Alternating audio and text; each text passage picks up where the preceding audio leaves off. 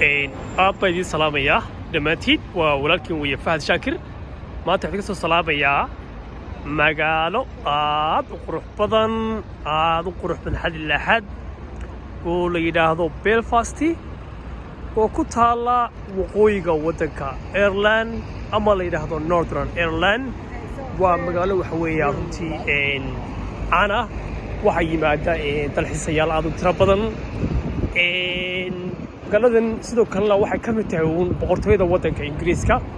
oo Ingiriiska waxa la isku yiraahdaa afarta gobol isku tagay waxa weeyaan waa Scotland, England, Wales iyo Northern Ireland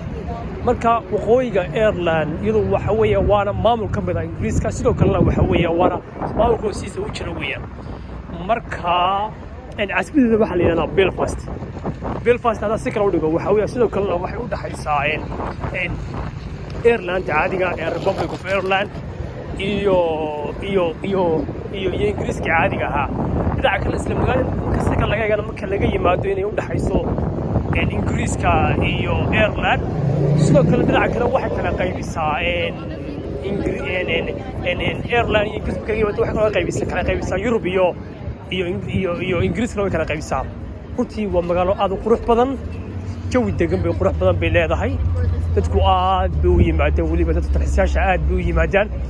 jaamacado waaweyn baa ku yaala weliba waxaa ugu caansan jaamacadda Queen University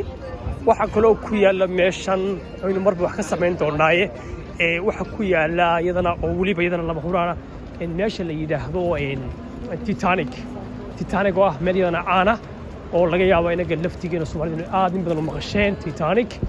oo waa meeshii rasmigeed waxa weeyaan ka bilaabmay ama uu ka dhaqaaqay markabkii Titanic degay dadka badan siday sidoo kalena meeshan waa runtii waxay ka mid tahay meelaha sida aadka lagu sameeyo maraakiibta oo maraakiibta iyaguna qayb weyn bay ka ahayd waana waddanka waxyaabo dhaqanista waxay ka mid tahay maraakiib soo saarista hadda waxa degan Soomaaliya waxoogaaya inkasta oo ay dadku u badan yihiin dadku inta badan meesha ay ka guuraan haddana ilaa iyo xataa al'aan dadku aad bay u degaan waana runtiina waa meel yaro khaas ah dad way jiraan Soomaali badan oo degan laakiin dadka sidaan ka war hayno ama sidaan macluumaadka ku hayo dadku waxa weeyaan way labada dhinacba way tagaan Ireland caadigana way tagaan oo waxba isku jiraan oo labadaba waxa dega qowmiyadda Irishka degta labada dhinacba way tagaan ta haddaan ka yimaado waxaa kaloo intaan raacin lahaa marka laga yimaado ku taalo xadka Ireland iyo Ingiriiska waxa weeyaan dadkuna imika aad uga soo Soomaaliya weliba imika aad bay ku soo badanayaan meeshana waxaa ku yaala inta ka war hayo Belfast ilaa 2 masaajid oo waaweyn oo runtii aad u camiran waxaana lagu tukadaa sanadahoo dhan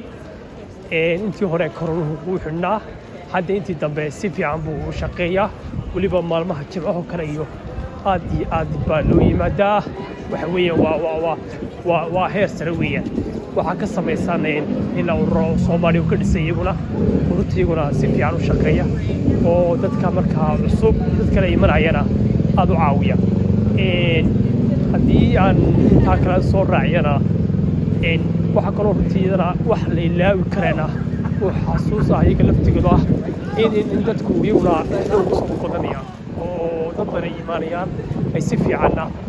ay u socoto waxaan rabay hadday ii suurtagelayso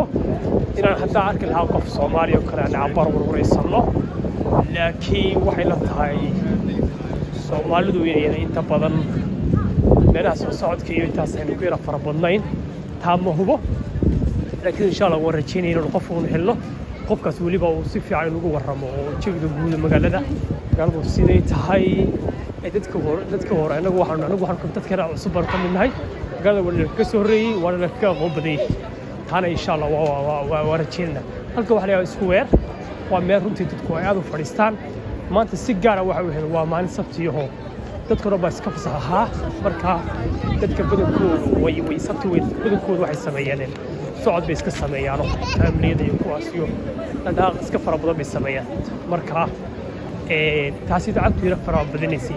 halkan ku socono waxaa ku yaalla isagana mool isagana caana oo la yidhaahdo Victoria Square waa meel runtii dadkuna ay aad u yimaadaan waa mool ay dukaamo badan ku yaallaan dukaamo xoog ku yaallaan oo wax badan laga adeegto wax badan laga iibsado runtiina aad iyo aad u qurux badan oo runtiina meelo badan ku yaallaan oo dharka dukaamiis fara badan ku yaallaan marka isagana waxoogaa u yeeri jirnaa waynu gaadhinaa insha allah haddii aan xaggaa ku qabto runtii halkan waxaa lagu iibiyaa haddaan idiin sheego waxaa weeye waa cadaradii halkanna waa Kiko Milano weeye isna waa qalabkii makeup-ka weeye xaggana waa cadaradii weeyaan cadaradii booskii buu hayaa janaalkii diyaaradii ayu nooc marka waa kan marka idiin sheegay waxaa la yidhahdaa Victoria Square isla ku yaala Belfast waa heer sare weeye halka markaa daba qaybo badan buu leeyahay runtiina isna wuxuu ka mid yahay meelaha kuwa sida aadka u yimaadaan weliba sida xoogga loo yimaado marka haddii uu gelina meesha dadka kale laftigooda waxaa lagu jiraa layman way xilin korona way iska dhamaaday dadkuna way markaas hore socdo badan iska sameeyaan waa dukaamada baa ku lagu jiraa dadkuna waxoogaa way iska fara badayeen marka insha allah xagga baan tagaynaa dadka waxaa kula dukaanka wali caanka ahay H&M haddaynu yaro soconno waxaan rajeynaa inuu halkaa qofka kula ballansana inuu helno qofkaas haddii intaa inoo suurto gasho oo si fiican ugu warramo oo magaalada iyo waxoogaa uu naga warramo marka haddaynu helno weeyaan haddaynu heli karo weeyaan meel haddii si gudka marta uu raaciyo waxa weeye waa dukaamada idiin sheegay waa kuwa waa maangeli waa dharkii waa cuntooyinkii dhammaantood kuma dheeraanayno waxa uu iska garanaa marka uu isku soo afjarayna inuu magaalada intaas siiro guud oo yaraa oo duubno marar kaloo badan baan samayn doonaa insha allah oo aynu intan iyo in kaloo ka durugsanba insha allah aynu samayn doonaa marka waxaan iska jeclaan lahaa inaynu intan ku soo rakoobno oo intan iyo mar kale aynu mar kale u samayno insha allah